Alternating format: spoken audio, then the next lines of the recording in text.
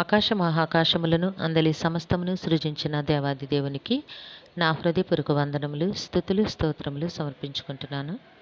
అందరికీ శుభోదయం. ఇది నాన్న మహోన్నతుడైన దేవాది దేవుడు నీ కొరకు సిద్ధపరిచిన వాక్కు. ఒకని ప్రవర్తన యెహోవాకు ప్రీతికరమగునప్పుడు ఆయన వాని శత్రువులను సహా వానికి మిత్రులుగా చేయును.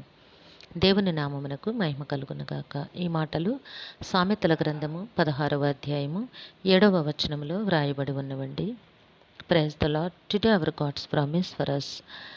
When a man's ways please the Lord, he makes even his enemies to be at peace with him.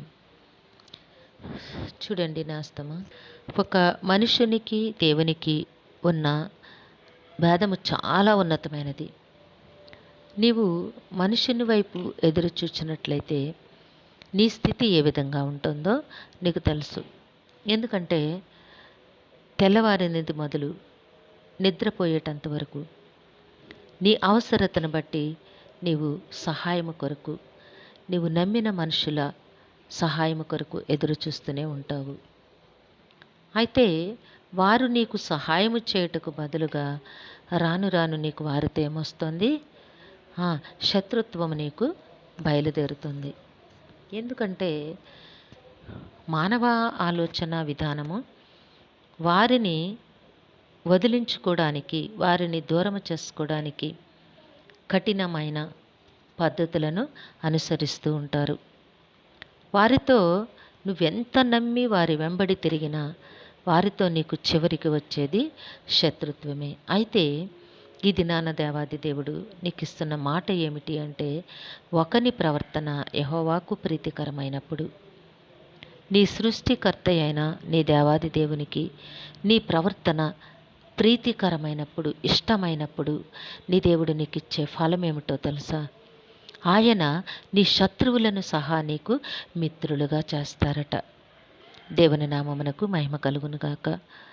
మిత్రులని ఆశించి వారి వెంబడి తిరిగితే వారితో నీకు శత్రుత్వమే మిగిలింది.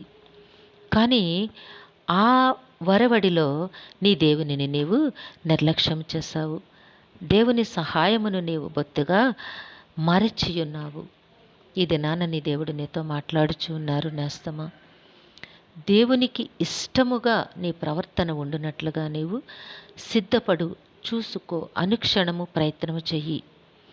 దేవునికి ఇష్టమైన మాటలు, ఇష్టమైన ఆలోచన, ఇష్టమైన ప్రవర్తన నీవు కలిగి ఉండుటకు మాత్రమే ప్రయత్నము చెయ్యి.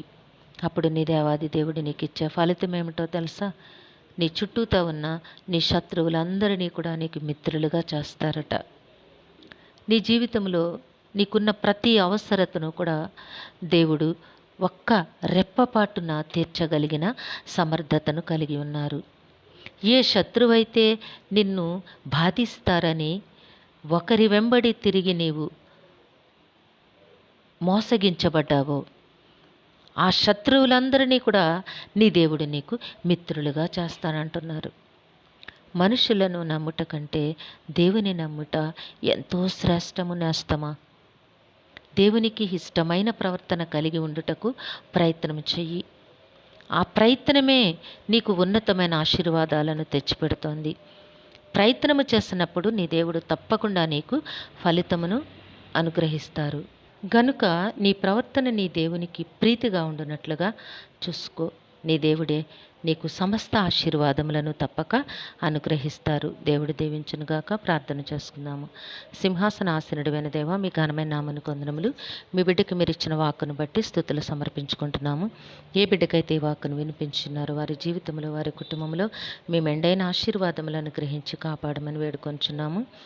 పుట్టినరోజు, వివాహ దినమోత్సవములు జరుపుకొంచున్న బిడ్డలందరికీ మీ ఆశీస్సులు, దీర్ఘాయుష్ను అనుగ్రహించి మీ కృపలో నడిపించమని ఈ ప్రార్థన మా రక్షకుడును మీ ప్రియ కుమారుడైన యేసుక్రీస్తు నామం పేరట అడిగి వేడుకొనుచున్నాము తండ్రి.